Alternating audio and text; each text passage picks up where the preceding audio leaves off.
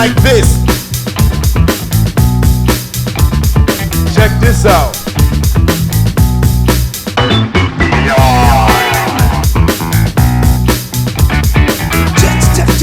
Check it out. What's it all about?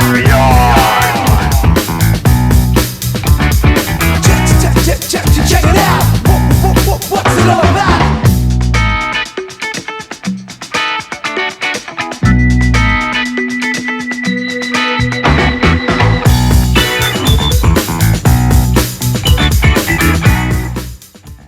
Hey, we're back with more Beyond the Synopsis, and today I'm joined by writer Zac Thompson, who you may know from a wide variety of comics, especially notable Hunt for Skinwalker, Blow Away, and Angel and Spike over at Boom Studios, No One's Rose from Vault Comics, The Body Trade at Batcave Studios, Cemetery Kids Don't Die at Oni Press, Blue Book 1947 from Dark Horse, and what he's currently involved with is the second volume, or part 2, of Into the Unbeing, another title at Dark Horse, where he's joined by Hayden Sherman and Jim Campbell.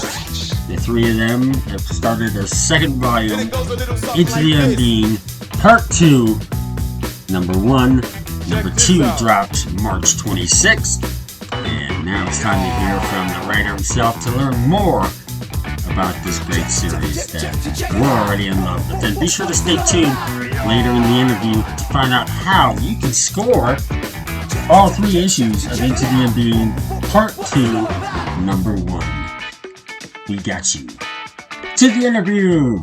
Hey, it's Jason Bennett from PopCultHQ, and we're back with another episode of Beyond the Synopsis. We're going to get a little deep dive into a new comic series and get a little bit more from the creators themselves than you might find in a typical synopsis. Today, I'm joined by writer and co-creator Zac Thompson. He, alongside Hayden Sherman and Jim Campbell, have put out their series Into the Unbeing Part 1, which came out last year, and they're back with a second volume, Book 2 of Into the Unbeing, and that just dropped in February 12th, I believe, and the second issue of that comes out March 26th. This is a mind-bending eco-horror with an original twist on exploring the unknown. So come join us. Let's take an adventure to the sublime with writer Zac Thompson. Zac, welcome. Thank you so much for having me, man. Thank you. Yeah, hey, this is great. I dove right in. There's a lot to kind of unpack. I know we're pushing book 2, but it's a little hard to not push book 2 without giving a little taste of what happened in book 1 or part 1, because we're dealing with the same expedition team. They're climate scientists for the Scientific Institute of Nascent Ecology and Worlds, and the reader really gets to take the scientific adventure with the team in this. So, Zac, give us just a little touch of this expedition that we initially began with in part 1, and that is still continuing on into part 2. Yeah, so it follows a team of 4 scientists who've been stationed in the Australian outback for a few months. When we meet them, we kind of learn that they don't really know each other that well when they get sort of a sign that a environmental anomaly has opened up not far from their base. So they travel to that environmental anomaly, and spoilers for the first issue, but it's a giant undead corpse in the desert, and they go into the mouth of it, and then the mouth decays, and they're trapped inside. Yeah, and it is. There's a lot of creepy factors. There's some that's just downright terrifying. It's spelunking to a whole new level, honestly. I love how issue 2, it almost looked like the Sarlacc pit from Return of the Jedi. But yeah, they're on this team and they just keep going deeper and further. And now here in the second issue, or this part 2, this second volume, in the first issue, which just released, it kind of gave a little bit of a prequel, a little backstory into, something happening back in the 19th century that's going to be impacting our team now. And we moved from Australia to Brazil. So, what Yeah. what are these guys going to learn from? Again, another handwritten story by one of the scientific team members back in those days. Yeah, so I mean, like each issue of part one sort of has these journal entries, and they start sort of very close to the character in the first issue, and then in the second issue, you find a journal from another person who wandered into this thing at some point in time. So I really wanted to take that sort of conceit and with the new beginning of like part two, show people another journey into the unbeing that's completely in a different time period, in a different space on planet Earth, and just sort of like, deepen the mysteries of what this thing is, but also show that people have been looking for it for a long time. And so our characters in part one weren't looking for it, they stumbled upon it, but we meet people who kind of know relatively what it is, what they're looking for, and it's 150 years basically before the first part took place. And I thought both interesting because it adds a degree of like what the fuck is going on, but also beyond that, sort of answer some questions about how long the world at large has known about this thing and the fact that it can move around geographically gives it some degree of agency, right? It's not as dead as it maybe has looked. Well, and they both teams really kind of looked at it different back in the I think it's 1877 the first one was set in. Yeah. Yeah. Um, that he thought they were on a search for a leviathan, Yeah. and that wasn't like even I don't even believe was even mentioned or that word used at least in the part one Yeah. by that team. But and yeah, and these stories that are like journal entries and the accounts from the scientific researchers, not in just in part one, but also that we're seeing now in the second volume, they're terrifying. It's a very it's just well documented because here you have this guy, especially in this recent issue, that was saying, "Hey, you know what? This is not only just a fact of record, this is kind of an apology. This is what's happening. This is what we're encountering and experiencing."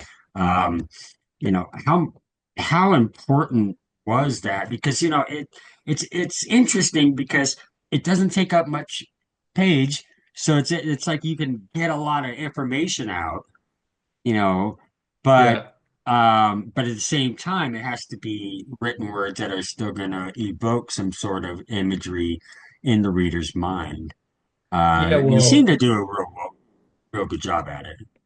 Well, thank you. Yeah, I think like part of this is playing with the tenets of cosmic horror, which is like, building a more like timeless approach to the thing that people are encountering, but also cosmic horror is like really predicated on descriptions of things. And when you're in a comic, everything's being drawn, right? So I wanted to kind of like create a degree of mystery, but also allow readers to sort of impose their own imagination on the crazy shit that they're reading, because it also allows you to kind of like be put in the character's shoes when the reveal in the end of part two, number one, is that our characters from part one are reading that journal. You are kind of there with them being like, we didn't see that, right? So we don't, what the fuck did we just read? Like, did that actually happen? And Right. am I allowed to swear? Is that Oh okay? yeah, yeah, yeah, yeah. You're good. Okay, okay. I just want to make sure. Yeah. No, I'm not Um, monetizing this or anything. I'm not gonna have YouTube on my back. I don't care. but yeah, I wanted to really create that like intertextuality with it, kind of, because I think like there's something really fun about comics where you can kind of do that, right? You can play with the format and then also Sure.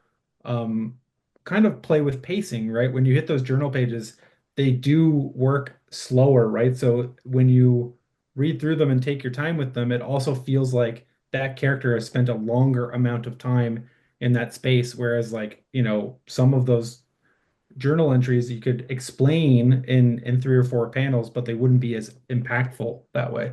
Right. One thing that kind of ties in with that I instantly noticed in part one. I only let the viewers, readers, listeners, whoever, to know that part one was a four-issue miniseries, and part two that we're currently in is also a four-issue miniseries. But I liked in part one how each issue had a different scientific team member who was in control of the captions, in control. It was their perspective and their voice. And do we kind of see, will that carry on into this next one, into part two here? Because I mean, I've only seen issue one, and it immediately started with the back in 1877, voice. But I did notice even, yeah, that I'm kind of hoping they had that because it definitely added an interesting element for each issue. Yeah, so it's going to continue, but it's going to, in typical like this book fashion, it's going to slowly start to evolve a little bit. So like part Okay. two, number one has the narration from that explorer, but also Hilder, who narrated issue one, comes back in about halfway through. And so um, in the past, we've used the covers to sort of evoke like what character will be narrating that issue. And part two, number three's cover has the dog on it, so you can kind of expect where things are going to go from Nice. here.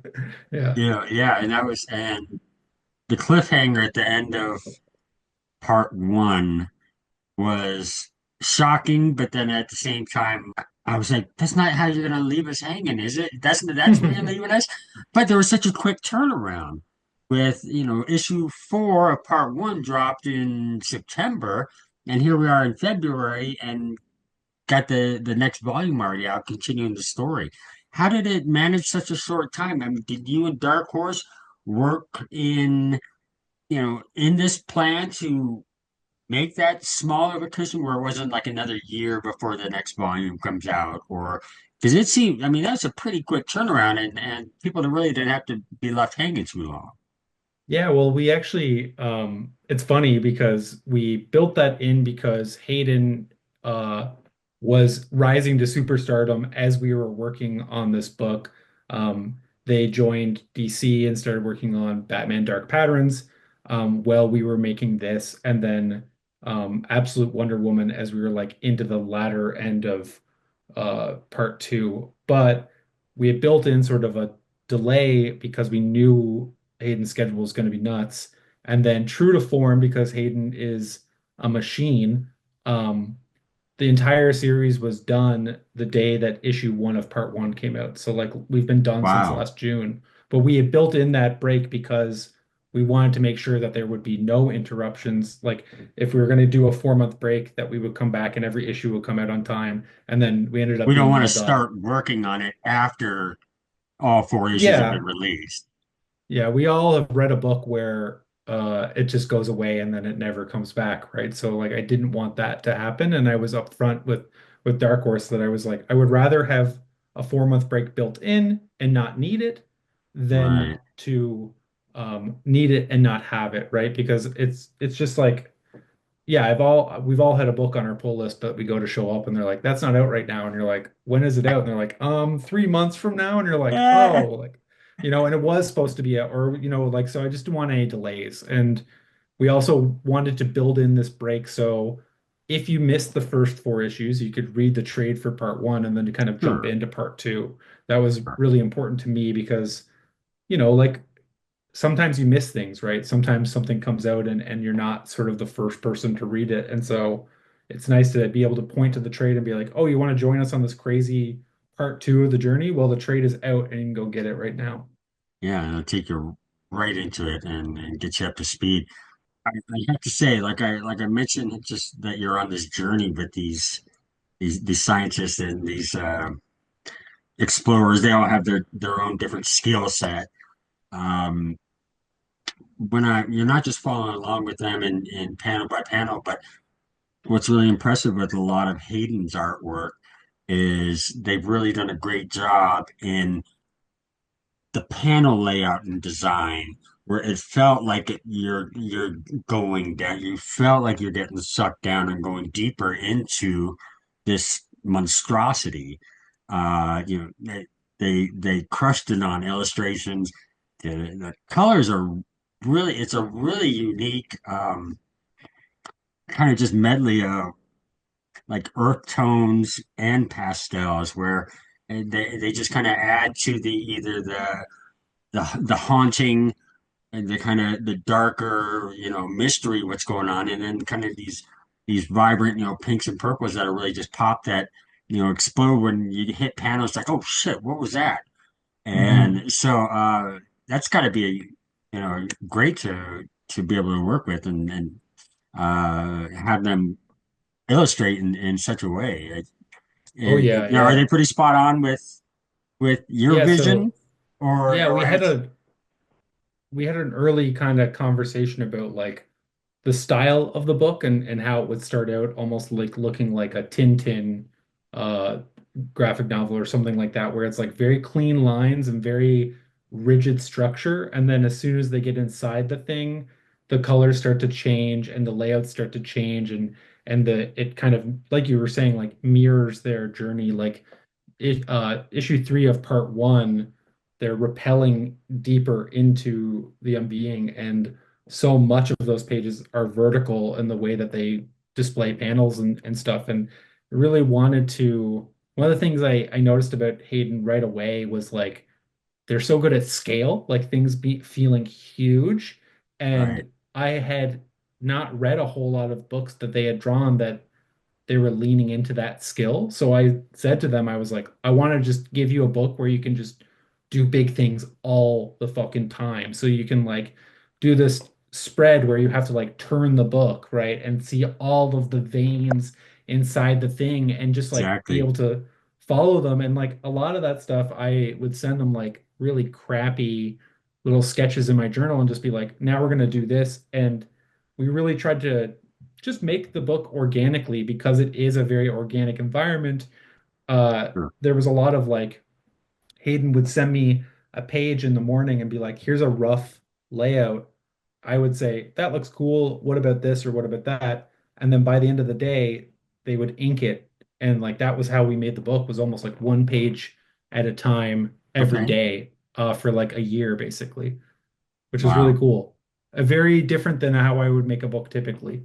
It is, but yeah, it does play a big role in the storytelling that, especially in part one, with a lot of oh, we're crawling down these tunnels, Yeah, but yeah, yeah. it's like, okay, we see what really is there. And it's funny that you said you and Hayden teamed up and said you wanted something really clean line, knowing that's their uh, Yeah, yeah, yeah, handle yeah, on yeah, social media. But yeah. uh, yeah, and I want to also mention, like we talked before we started recording, with the third collaborator and member of your creative team, letter Jim Campbell, which I mean, you'd have to be out of comics, up until today to not know, seen some of his work somewhere. Um, he's made. I really appreciated. I paid attention too because it was noticeable his contributions, like the kind of stacked captions that, Hmm. and they weren't just regular rectangular captions. They were almost like L-shaped, but that they all kind of fell this pattern. And that was the first thing I noticed when I opened issue one of part two was, since we went back to 1877, the captions look different.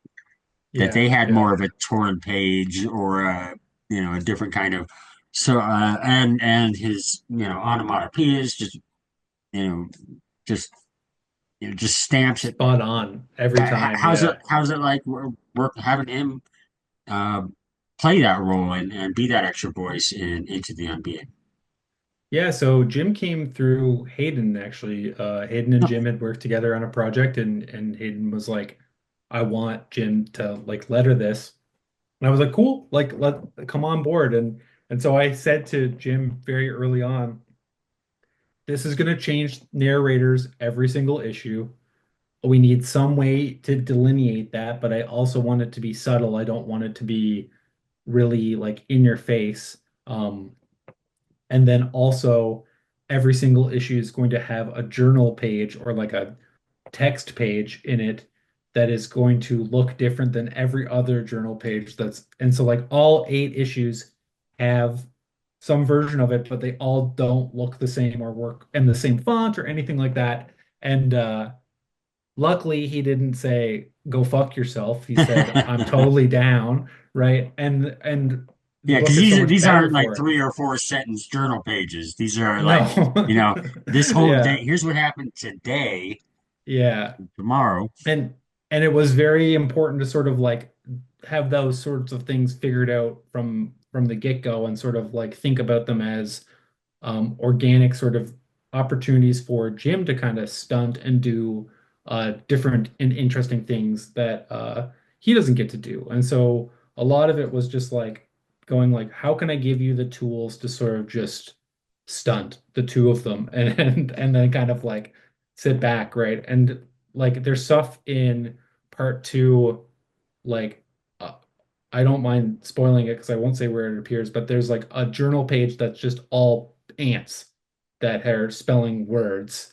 And Jim was like, this took me like 6 hours to do. And I'm super happy with how it turned out. But he's like, this is so much time on just this single page. And it's like, it's brilliant and unreal and such a like incredible thing for Jim to put on display. Um, Sure. but it's like that type of stuff that like I just love about making comics where you're just sort of throwing wild ideas at each other and yes anding through it, you know? So it's cool. Nice, nice. Yeah, just phenomenal work, and it was great seeing that he was back as well for the second book. Um, in part two, like I said, it's another 4 issue miniseries, and those are kind of ready to go. Have have you guys discussed, are there more parts in store? You know, because it was one of the things I first thought about with part one. I'm like, it's a bold statement to say part one, and what if the series doesn't do well?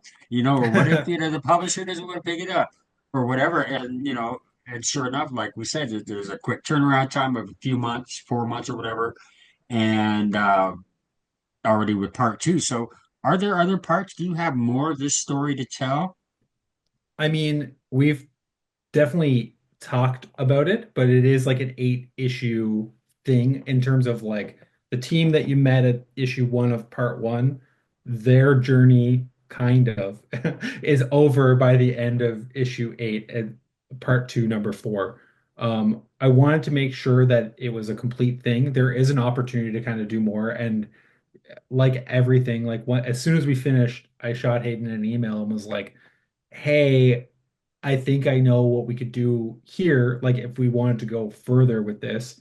But it's also a thing where it's like we're both so much busier than we were a year ago that it's sort of like the nice thing is that we own this and we also have had ideas about Sinew, the team that they belong to, further exploring that in this world and sort of like building out a broader sort of strange world where these types of things happen.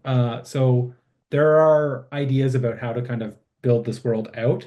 But it's also the thing where it's like we just have to find the time to do it. Sure, sure. No, that's exciting. And it's great that you have such a great working relationship with Dark Horse. That the second part came out as quick as it did, and um, They just were more. I'm They sorry. were awesome, actually. Like I came to them. We pitched this book in like 2021 as a team, and Hayden and I's sort of like, portfolios and profiles have changed a great deal since then. But in 2021, we came to them and said, "Hey, we want to do like an 8 issue book. We want every single issue to be oversized and longer than a typical 22-page comic. They all hover around 28 to 30 pages. We want every issue to be 3.99, and we don't want to like compromise on that.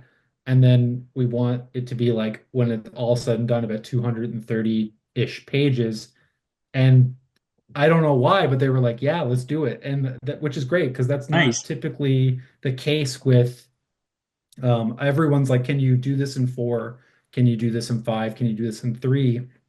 And I think they really understood the vision and got on board. And that's a big credit to our editor, Connor Knudsen, who really understood like the scope of what we were trying to do and was like, yeah, I got it. Let's run with it. So that was wow. appreciated. But and no, that is great to to be able to do that and have that kind of relationship with them.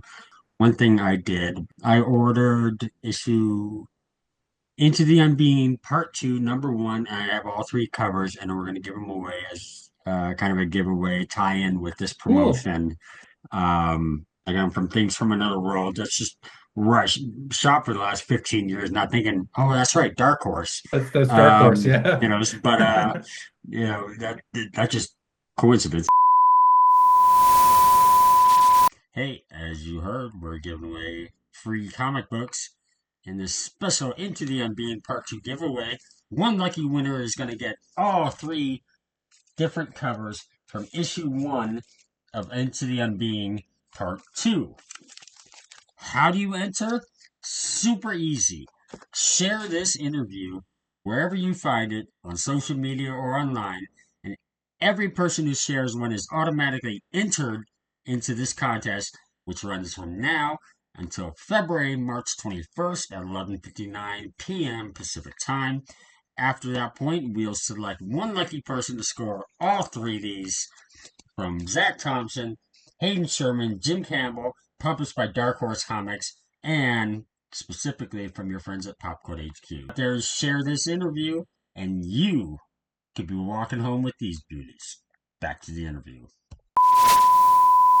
Great look from your cover artist contributor. I mean, Hayden's are just terrifying, uh, but I mean, in a good way, where it's like, what you. I mean, I had moments like that reading issue 1 and 2 of the first part. I just turned the page and just shocked.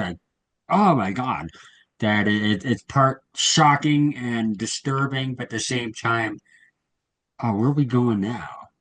You know? Yeah, and I really wanted to do that with the book is just sort of make it a sort of visceral experience and also just sort of like a, oh, we're getting kind of lost and it's intoxicating in its own way and sort of I want to keep going and see what happens next. Yeah, one thing I did want to point out while I was thinking about it, I noticed on social media, it seemed, and not to knock any of your previous work or any of your promotion of anything, but from what I've seen, it really felt like part two was the story you were really glad that's getting out there.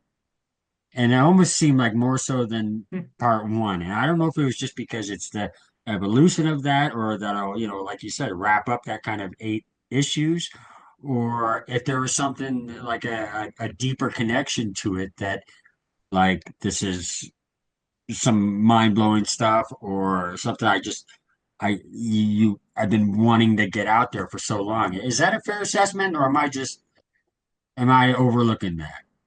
No, I mean, to be honest with you, it's because I've never had a creator-owned book do a second arc. Like, and it's Okay. really exciting to, yeah, to have a book like be a little bit longer and sort of have this, like opportunity to do more. I think like most comic book writers and most artists are kind of stuck in the you do 4 issues or a 5 issue mini and as your creator-owned book, and that's sort of as much as you get and to have the opportunity to kind of go deeper and do fun things with what you may have been expecting that issue to be and then what it ends up being.